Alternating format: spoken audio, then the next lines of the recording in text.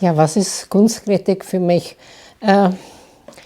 Ich glaube, Kunstkritik wird oft missverstanden. Man glaubt, oder viele glauben es, in der Kunstkritik geht es darum zu sagen, das ist gut, das ist schlecht, warum es gut ist, warum schlecht. Für mich war immer wichtig, die Kunst, und das gerade in der heutigen Zeit, wo es nicht so einfach ist, die zeitgenössische Kunst zu verstehen, zu vermitteln.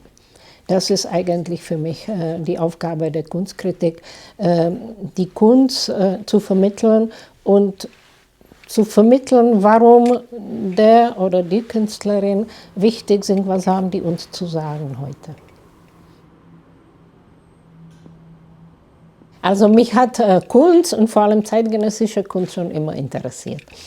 Schon als Jugendliche in Prag kannte ich Künstler, hat mich das interessiert, dann kam ich nach Deutschland. Ich kam nach Köln, wo es damals auch ganze Reihe Künstler gab, die ich sehr schnell kennengelernt habe und mich damit auseinandergesetzt habe. Gleichzeitig habe ich Kunstgeschichte studiert. Ich wollte eben auch diese Ausbildung, mich hat die Geschichte auch interessiert.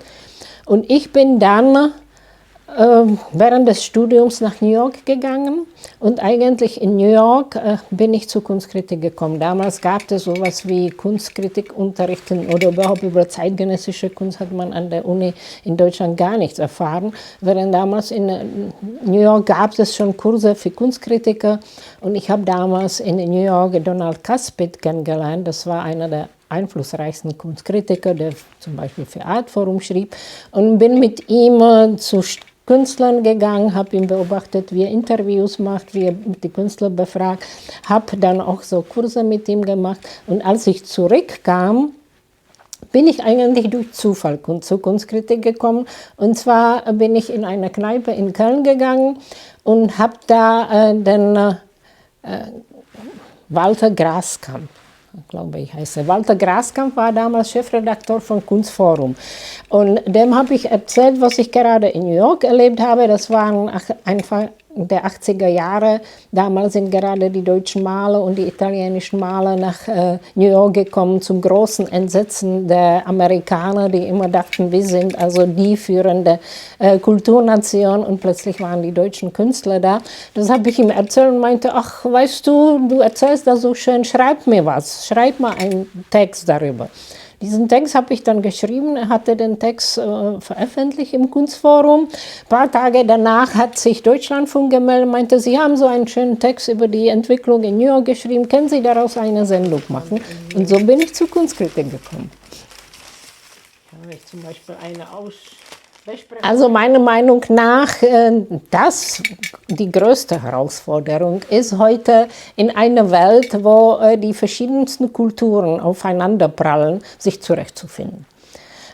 Ich habe schon in der Kunstgeschichte die Erfahrung gemacht, dass wir in Westeuropa einen Blick entwickelt haben an die Entwicklung der Kunst, oder dass wir ein Konzept haben und versucht haben, alles, was außerhalb, sagen Westeuropa, stattfand, und ich habe vor allem über die sogenannte, sage ich, russische Avantgarde gearbeitet, alles eigentlich in dieses Konzept reinzupassen und es von diesem Blick, westlichen Blick zu erklären.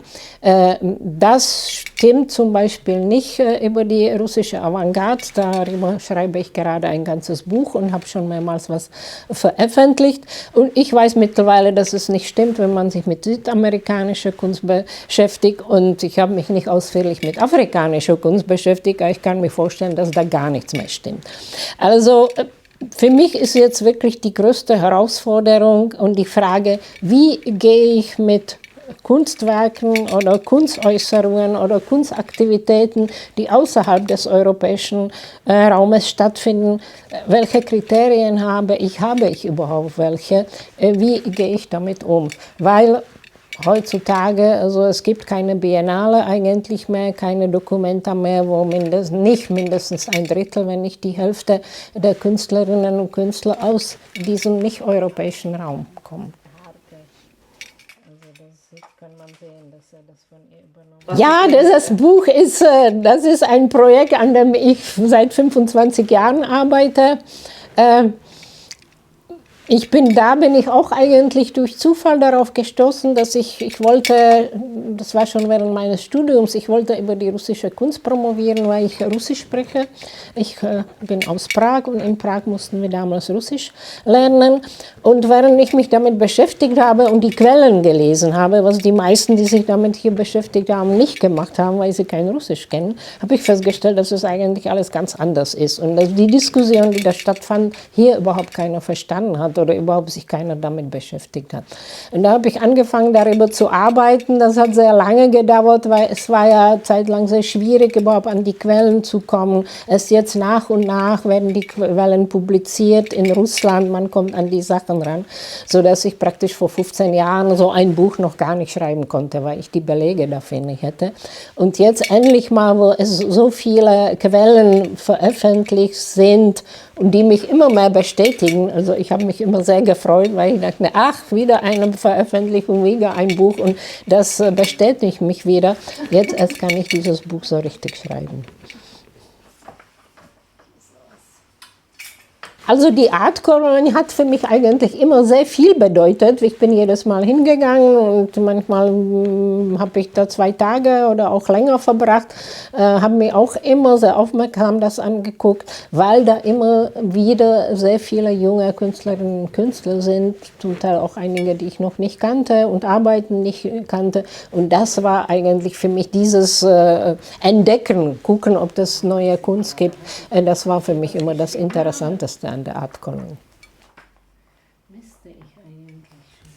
Also der ADKV-Preis bedeutet mir sehr viel, weil ich, wie ich schon erzählt habe, ich habe angefangen, über die Rezeption der russischen Kunst am Anfang des 20. Jahrhunderts zu arbeiten und kam zu anderen Auslegungen, also sagen wir die offizielle Kunstgeschichte oder die Schulkunstgeschichte, die akademische Kunstgeschichte. Und als ich sagen wir vor 15 Jahren einige Vorträge dann gehalten habe oder einige Essays darüber veröffentlicht habe, erlebte ich, also was für mich ziemlich schockierend war, weil ich dachte, naja, man tritt wenigstens in eine Diskussion mit den offiziellen Meinungen oder mit den Vertretern der offiziellen Meinungen, aber gar nicht. Mir wurde gesagt, ich sei unwissenschaftlich, das sei keine Kunstgeschichte, das sei, was wir unter uns Kunsthistorikern nennen, eine Coffee-Table-Kunstgeschichte.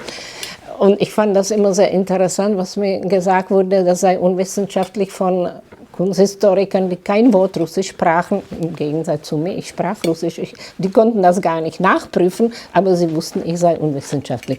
Also aus diesen Gründen ist es nach 15 Jahren oder 10 Jahren, wo ich immer wieder so angegriffen wurde, ist es für mich schon eine Art Anerkennung und es wird da auch in der Begründung formuliert, dass ich also mich nicht gescheut habe, mich mit den akademischen Meinungen anzulegen. Also da kommt es auch zum Ausdruck und das ist mir schon wichtig.